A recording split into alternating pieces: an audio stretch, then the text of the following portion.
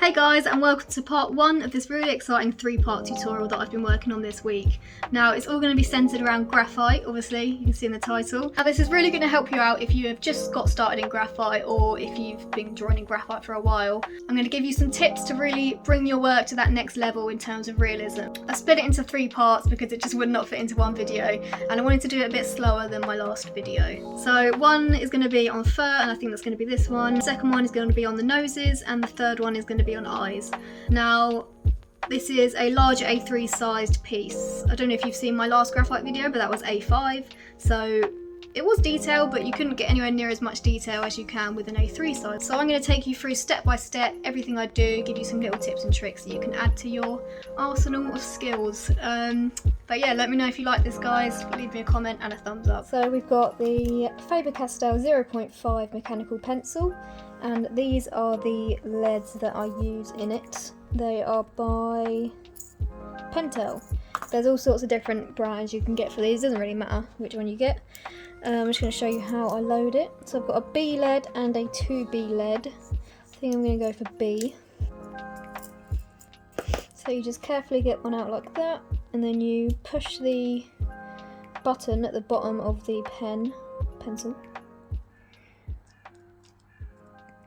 Pull that bit down so it's kind of opened. Push that in there. It's quite fiddly. It does come loaded with a few leads when you buy the pencil. And then you screw that on. If you push the button down at the end, you can just push that lead in. And there we go, it's all loaded up. So yeah, we've got that one. They also sell a 0.31, which is really good for those fine details, but I find it breaks so often that it's just not worth it. So second, I've got a 2H pencil. This is just for my lighter areas. And, oops, sorry. And a sharpener here, which is just a classic metal sharpener you can get from anywhere, and that really helps to just sharpen it to the finest possible point. There we go. There is my rubber pencil. I have got the Faber Castell rubber pencil. Can't remember what it's called now because it's rubbed off. I'll leave it a link in the description. It's basically just a rubber, but it's really thin and you can sharpen it so you can get really small, fine highlights. And we've got a paintbrush to just rub away the rubbings out. And I really like this tool. It's a silicone colour shaper from Jackson's Art.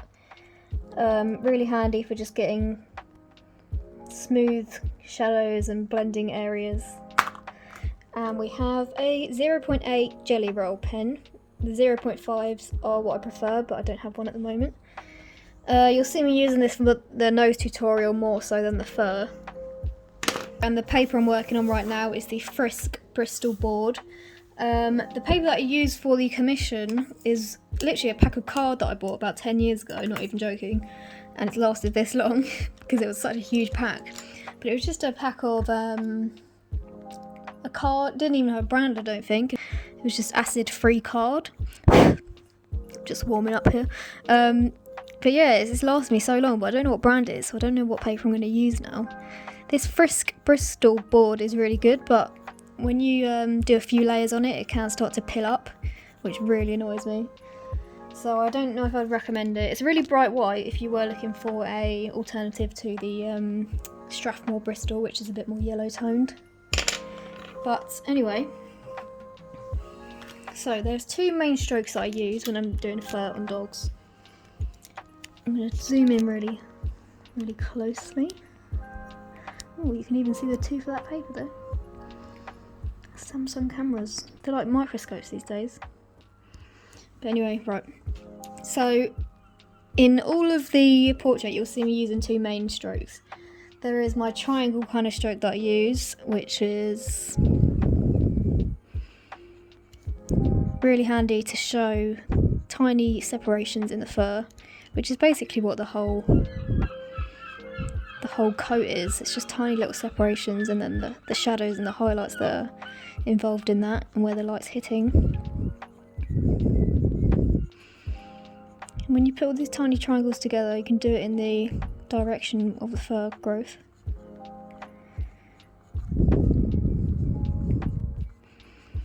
This mechanical pencil is really great because it's so thin, you don't have to sharpen it.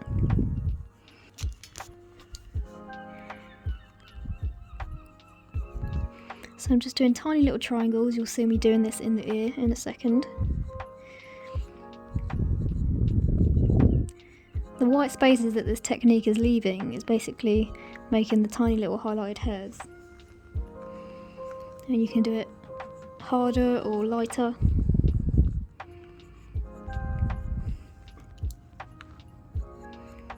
So that's just like a little section of fur, and then we can use, oh, I forgot to run you through this little tool, if you could call it a tool. It's just an earbud.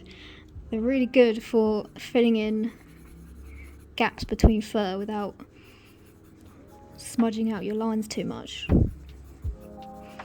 So you can use that to do some shadowy areas, and then we can use this one to pick up some hairs.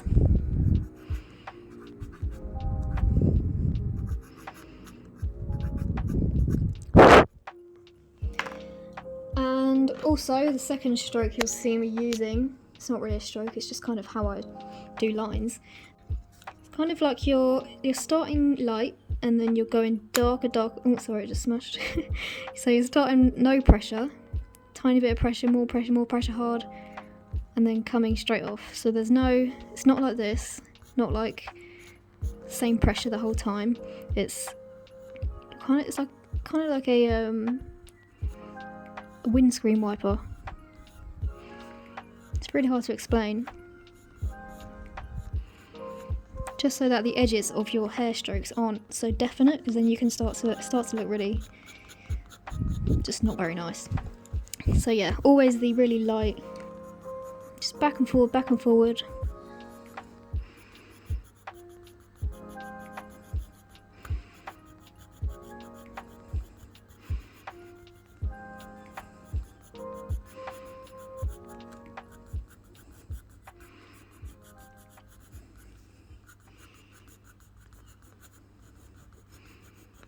You can even see just there that the paper is peeled up.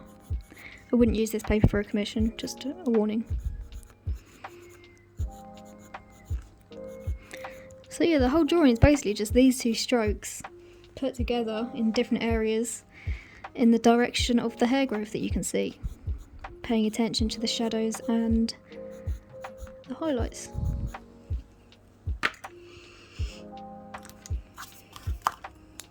Here's a little silicone tool. You can use this to smooth out areas. And yeah, just finished here now. I hope that makes sense to you, and you'll see this in action right now. Starting off, I'm going to go in real time just so you can really see how I'm using the triangular technique, we'll call it. So I'm literally just following the direction of the hair growth that would be going down that ear, doing tiny little triangles. And with these triangles, the key is to really not be rigid with them. Let your hand kind of go with the rhythm, with the flow of the fur. So this is a shadowed area, so I'm pressing quite hard, but it is only a 2B lead, so it won't be too dark. And I'm just really keeping a light hand so that those strokes stay nice and smooth.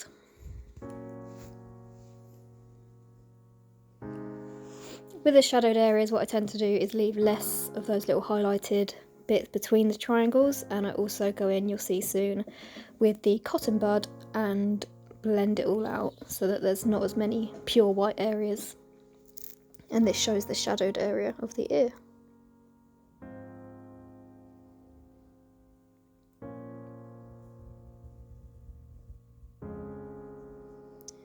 I'm really zoomed into the reference photo with this fur, and I mean, like, literally I can see about 1 inch or 2 inches of that ear at a time.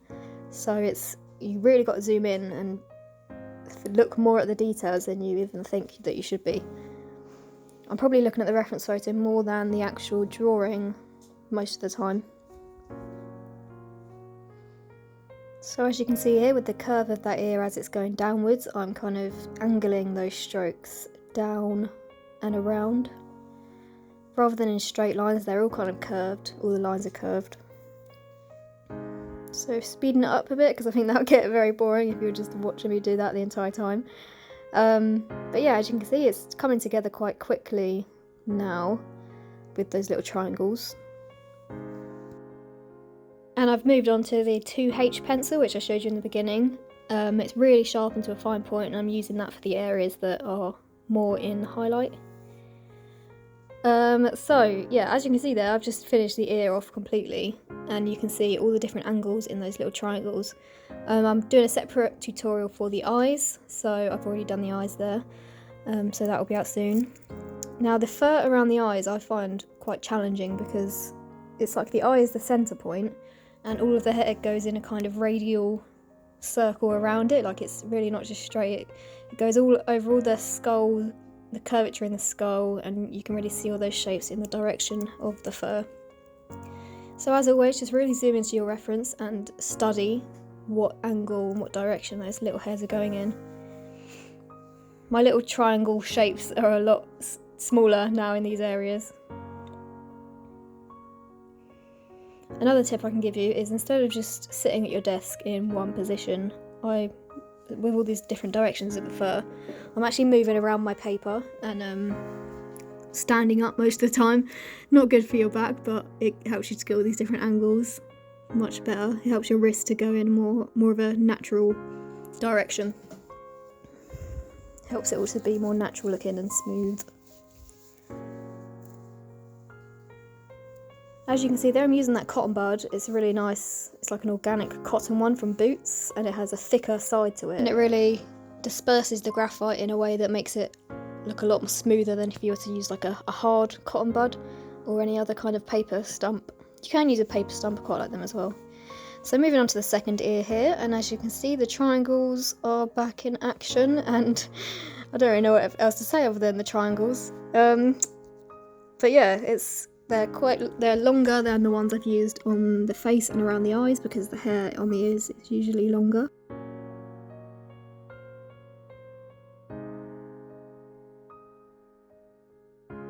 And the whole time I'm drawing like each different area, I'm kind of thinking in my head how it would feel to touch that area, like how smooth it is and the kind of denseness of that fur. So keep thinking about that dog and how they would feel, and the energy of their fur. Energy of their fur sounds a bit weird, but everything has a kind of feel to it, and you can really feel that in your reference photos if you look enough. Now these sides of the face are probably the hardest in my opinion. There's so many different directions, and all you can really do is look at the reference photo and copy that as accurately as possible, because it's kind of in a wave shape. So just really pay attention to the bone structure of your dog that you're drawing. And here you can see me working on the white area of the dog's body. Now it's white with some speckles, so I'm just going in with some shadows, some slight shadows that I can see within the white areas with that cotton bud that I've already used, and that's just giving some really nice subtle shadows within the highlight areas. Now I am doing the area around the nose before I do the nose. The nose tutorial is going to be out shortly as well, so I've already done the nose there, and I'll be going in depth into how I do that in the other tutorial. So for those really small little speckled hairs within the white area, I went in with that 2H pencil for the nose area. And with a bit around the nose, you really want to focus on the triangles and the direction that they're going in, because there's some areas where the whiskers will be coming out and they're slightly darker.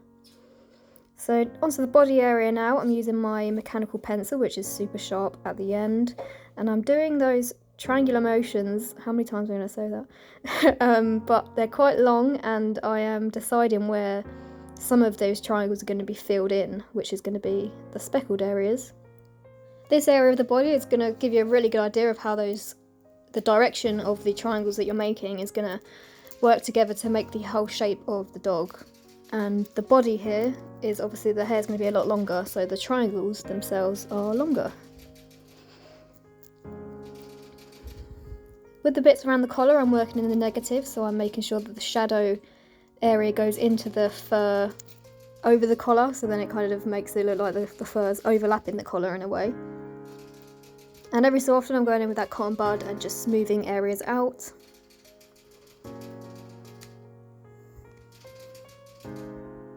Again, just really paying attention to that third direction and the length of your strokes.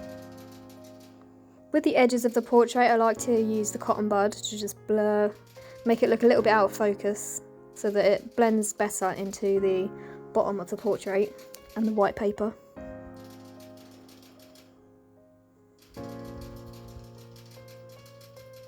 Now you want to make sure that you're varying your strokes below the, sorry, my rat is drinking out of his bottle. I'll move. You want to make sure the strokes that are coming out from below that collar aren't just like sudden. So vary the pressure on them so that they're not all samey. Hope I'm making sense here.